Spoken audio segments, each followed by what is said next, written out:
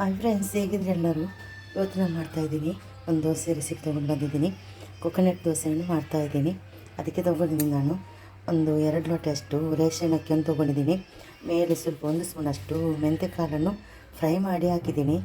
ನೆನೆ ಹಾಕಲಿಲ್ಲ, ರೈಸ್ ಮಾತ್ರ ರಾತ್ರಿ ಇಡೀ ನೆನೆ ಹಾಕಿದ್ದೀನಿ. ಆಮೇಲೆ ಮಂಡಕ್ಕಿಯನ್ನು ತೊಗೊಂಡಿದ್ದೀನಿ ನೋಡಿ, 100 ಗ್ರಾಮಷ್ಟು.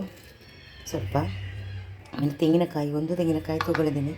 ಒಂದು ಬೌಲ್ ಅಂದರೆ ಚಿಕ್ಕದೊಂದು ತೆಂಗಿನಕಾಯಿ ಉಂಟು. ಇದರಲ್ಲಿ ಸ್ವಲ್ಪ ಜಾಸ್ತಿ ಹಾಕಬೇಕಾಗುತ್ತೆ.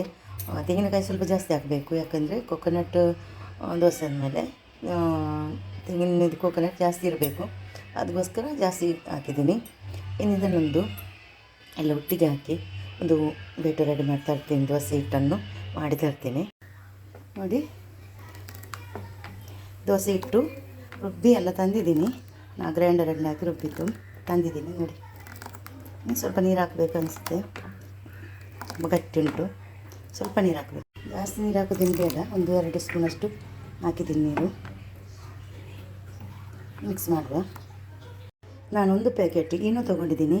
ಇದು ಇನ್ಸ್ಟೆಂಟಾಗಿ ಆವಾಗಲೇ ಮಾಡೋದಾದರೆ ಈನೋ ಹಾಕಿ, ಇಲ್ಲದ್ರೆ ರುಬ್ಬಿಟ್ಟು ಒಂದು 2-3 ಗಂಟೆ ಇಟ್ಟು ಮಾಡೋದಾದರೆ ಈನೋ ಸೋಡಾ ಖಾರ ಏನು ಬೇಕಂತಿಲ್ಲ.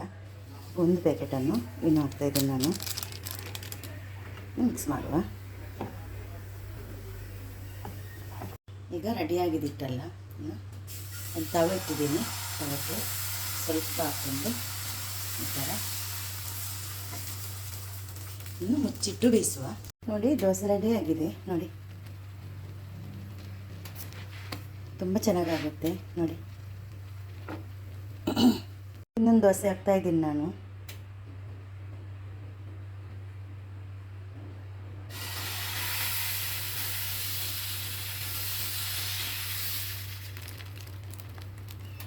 ಇದೇ ಥರ ಮುಚ್ಚಿಟ್ಟು ಬೇಯಿಸುವ. ನೋಡಿ, ದೋಸೆ ರೆಡಿಯಾಗಿದೆ. ಇನ್ನು ಎಲ್ಲ ದೋಸೆ ಮಾಡಿ ಆದಮೇಲೆ ತೋರಿಸ್ತೀನಿ ನೋಡಿ. ಎಲ್ಲ ದೋಸೆಯನ್ನು ಮಾಡಿದ್ದೀನಿ ನಾನು ನೋಡಿ. ತುಂಬ ಚೆನ್ನಾಗಿ ಬಂದಿದೆ ನೋಡಿ.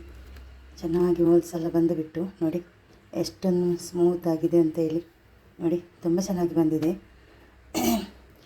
ದಿಢೀರಾಗಿ ಮಾಡೋದಾದರೆ ಮಾತ್ರ ಏನು ಹಾಕಬೇಕು, ಇಲ್ಲದ್ರೆ ಒಂದು 4 ಗಂಟೆ ಇಟ್ಟು ಮಾಡೋದಾದರೆ ಏನು ಸೊಡಕರಿ ಏನು ಹಾಕಲಿಕ್ಕಿಲ್ಲ.